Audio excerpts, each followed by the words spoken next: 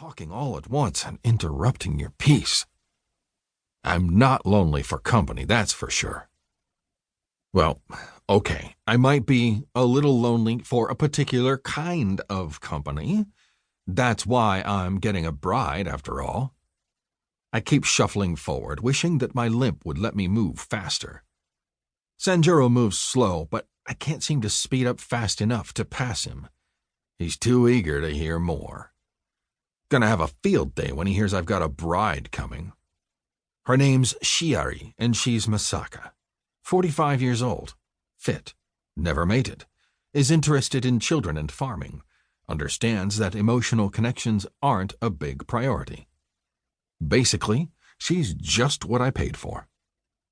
Been years since I've been around women, too many since the war and long before half my face was shot off and reconstructed. Same with the leg. Both of those things make me uglier than most, so I like to keep to myself. After war and a soldier's brutal life, farming is a quiet joy. I never minded being alone until this last winter, when I fell off of the roof of my barn trying to repair it. Broke my hand and my leg. With no one around, not even a helper mech, since I don't trust mechs after the war, it was tricky getting myself back into the safety of my home and binding my wounds. I know that injury happens in the field, but since it was winter and there were no crops to be harvested and the meat stock was on an auto feeder cycle, all I had to do was lie in my bunk and try to heal up. Gave me a lot of time to think. While I don't mind being alone, it'd be good to have another pair of hands around the farm. Wouldn't mind another warm body in the bed on winter nights, or someone to share the occasional thought with. Wouldn't mind a nice snug cunt to fuck either. I don't need much, and because I know I'm not much company, I'm not a prize for any female. So I do some research and find a service that gets males in touch with females who need a spouse. Many of the females that apply for these sorts of things are criminals, or looking to hide from something. I'm not interested in that. I just want a nice, quiet female that won't mind the farming life. Figured I could afford to be picky and said I didn't want anyone with problems.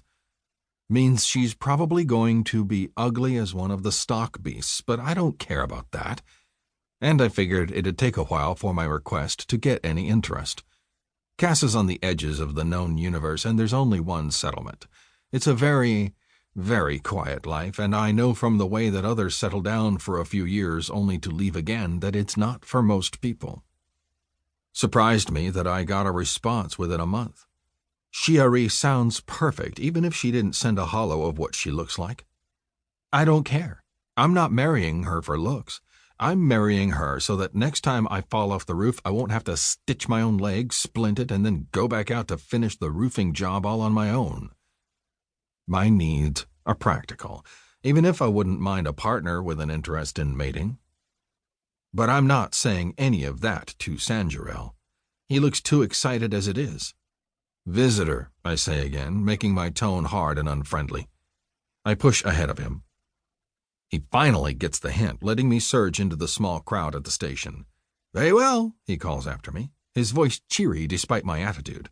If you're so inclined, we're having a gathering at week's end. Bring your visitor. I'll send something along, I say, not caring if he hears me or not.